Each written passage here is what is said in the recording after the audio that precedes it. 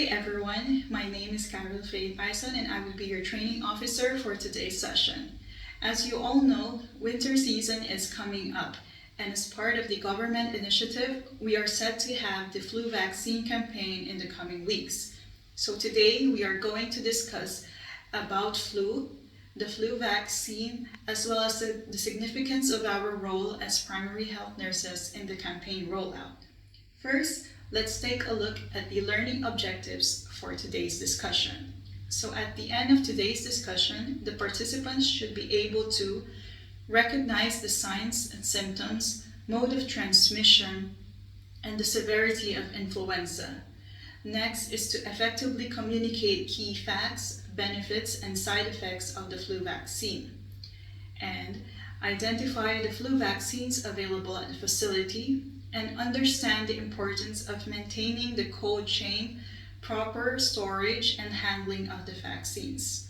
Also to differentiate between the facts and myths regarding the flu shot, and demonstrate the correct administration of the flu vaccines and make strong recommendations using CDC's SHARE model to increase the rate of flu vaccination among staffs, patients, and the community. So as public skepticism grew, flu vaccination coverage has fallen. So the mistrust stems from the fact that people still caught the virus despite getting vaccinated. So this year's theme is adapted from CDC's latest campaign, which is Wild to Mild. So it aims to reset expectations by its clear, straightforward message, which is the fact that the flu vaccine won't keep a person from getting sick, but it will tame the infection, taking it from wild to mild, hence the tagline. And these are some of just the promotional posters that the CDC has released, which we will also be putting up across our facilities in the coming days. So what is influenza? Flu is a contagious respiratory illness caused by influenza viruses that infect the nose, throat, and occasionally the lungs. It can cause mild to severe illness and at times can lead to death. So the best way to stop flu is by getting the annual flu shot. So how does it spread? Majority of experts believe that the little droplets produced when an infected person coughs, sneezes, talks, is the mode of transmission for the virus. So those within proximity of an infected person may catch these droplets in their noses or mouths. So the period of contagiousness. So it is possible to spread the flu even before the symptoms manifest. So people with flu are most contagious in the first 3 to 4 days after the illness begins. Otherwise, it's also possible for healthy adults to spread the virus as early as 1 day before the symptoms appear and as late as 5 or 7 days after contracting it. The signs and symptoms of flu virus. So the case of influenza, as mentioned earlier, can range from mild to severe and at times can result to death. So these are the most common signs and symptoms that can be observed from a patient suffering from flu. First is fever or feeling feverish and chills, cough, sore throat, runny or stuffy nose, muscle or body aches, headaches, fatigue or tiredness, and for some people they may have vomiting or diarrhea, although this last two is most common in children than in adults. So the onset of symptoms. The time from when a person is exposed and infected with flu to when symptoms begin is about 2 days, but can range from 1 to 4 days. So the complications of flu are the following. First is bacterial pneumonia, then ear infections, sinus infections, worsening of chronic medical conditions such as congestive heart failure, asthma, or diabetes. So who are at the high risk for flu? Even those in good health can get the virus. However, those who are with chronic illnesses or elderly people, children younger than 5 years old, as well as pregnant women and immunocompromised are at higher risk for contracting the flu. So how do you treat the flu virus? Aside from the known home remedies, there are 4 approved drugs from the FDA that can be used and prescribed by the doctor. First is the most common, which is Tamiflu, also known as the oseltamivir phosphate. And we also have zanamivir, peramivir, and baloxavir marboxil, or Sofluza. As health workers, we often emphasize that prevention is better than cure. So let's move on to discuss the main content of today's discussion, which is the flu vaccine. How to prevent flu? The first and most important step in preventing flu is to get the flu vaccine each year. It has been shown to reduce flu-related illnesses and the risk of serious complications that can result in hospitalization or even death. The flu vaccine. These are vaccines against the influenza, and they're also known as flu shots. They provide protection against 4 influenza viruses that are expected to be most prevalent in the next season.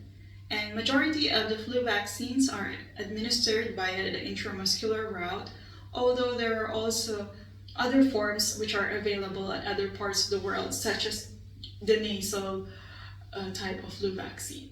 For this year's campaign, we will be utilizing injectable flu vaccines, which are also known by the brand name as Influvac and Vaxigrip. So what are the benefits of the flu vaccine? First is you may avoid contracting the flu by getting vaccinated. Next is that studies have proven that it can reduce the severity of the illness even though you have caught the virus. So it can reduce the risk of hospitalization, thereby being cost effective. And pregnant women who get vaccinated not only protect themselves but also their babies. And it can be life-saving in children, people with chronic health condition, as well as those who are immunocompromised. So how do flu vaccines work? So the flu jab works by using a deactivated or weakened version of the virus to train our bodies to recognize the strain. And this causes the immune system to develop antibodies that will help us build immunity and become less likely to be infected with the flu. So what are the side effects that one could expect after taking the flu vaccine? So these are the common side effects that we could also inform the patient so that they will be prepared and aware of what to expect. First is the soreness, redness, and swelling where the shot was given, headache, which is possible, low-grade fever, nausea, muscle aches, fatigue, and at times it can cause fainting, although it is a rare side effect. So can severe problems occur? Life-threatening or adverse allergic reactions are very rare, but these are the signs and symptoms that patients and everyone should watch out for in case they get the flu shot. First is the breathing problems, hoarseness or wheezing, the appearance of hives, paleness, weakness, tachycardia, and dizziness. So if they do occur, it usually happens within the few minutes to a few hours after receiving the shot. So these reactions can occur among patients or people who are allergic to something that is in the vaccine, such as an egg protein or other ingredients. So while adverse effects or severe reactions are uncommon, it is important for us nurses to ask the patient about the allergy history or any severe reaction to previous flu shots or any part or component of the flu vaccine. So there is a very small possibility that the flu vaccine could be associated with Guillain-Barré syndrome, and this is much lower than the risk of severe complications from flu. Can people with egg allergy take the vaccine? The answer is yes. People with egg allergy may get any vaccine otherwise appropriate for their age and health status. Those with allergies to egg or other components of the vaccines should be given in settings wherein the allergic reactions can be recognized and treated quickly. So how long does the flu shot last? Generally, it lasts for about a year. So it's important to get it annually before the flu season kicks in. which usually starts in the winter. So new strains of the flu virus emerge every year. So new vaccines are made to fight them. That is why we encourage everyone to take it on a yearly basis. So how effective are the flu vaccines? CDC conducts studies each year to determine how well the influenza vaccines protect a person from the flu. And while vaccine effectiveness can vary, recent studies show that flu vaccine reduces the risk of flu illness between 40 to 60%. Storage and handling of the vaccines. Keeping vaccines in the cold chain between the recommended temperatures is important in order to reduce the possibility of compromising its efficacy. So vaccines should be kept directly out of sunlight and between the temperatures of 2 to 8 degrees in their original packaging. These are some of the important things we have to keep in mind when we are handling the vaccines. First is to store the influenza vaccine in the refrigerator with a temperature of 2 to 8 degrees. Never expose it to freezing temperatures. Next is to place the vaccine in the center of the refrigerator, away from the freezer compartment. Next is never store the vaccines in the door of the refrigerator because it can expose it to wide temperature variations. So equip the refrigerator or the cool box with its own certified and calibrated thermometer. Check and log the temperature in the refrigerator or in the cool box for at least every hour. And place the filled plastic water jugs in the refrigerator to help maintain temperature stability. And safeguard the electrical supply. So now we are going to discuss the 10 most common myths versus facts about getting the flu shot. First, and the most common thing that people or patients verbalize is that they think that the flu vaccine can cause flu. Fact is, flu vaccines are made with flu viruses that are either weakened, inactivated, or recombinant. Therefore, they cannot cause the flu. Another myth is that the flu is nothing more than just a bad cold. It's not a big deal. That is wrong, because the fact is, flu is not the same as the common cold. It can be far more serious and can lead to serious complications, even death. Another myth is that you can catch the flu from going out in cold weather without wearing a coat or having a wet hair or by sitting near a drafty window. That's wrong, because the only way to catch the flu is by being exposed to the influenza virus. Because it just so happens that flu season coincides with the cold weather. Another myth is that people who get the flu vaccine still got the flu, so it's not worth getting vaccinated. That's wrong, because the fact is that it's true that some people who were vaccinated got the flu, and this could happen for several reasons. First is they may have already been infected or exposed to someone with the flu virus before they got the shot or within the 2-week period after they got the shot, because it takes time for our immune system to build antibodies. Another reason is that they could be infected with other respiratory illnesses that is not necessarily the flu. And keep in mind that flu vaccines work differently for every person. A person's response to the vaccine is not the same as that of another person.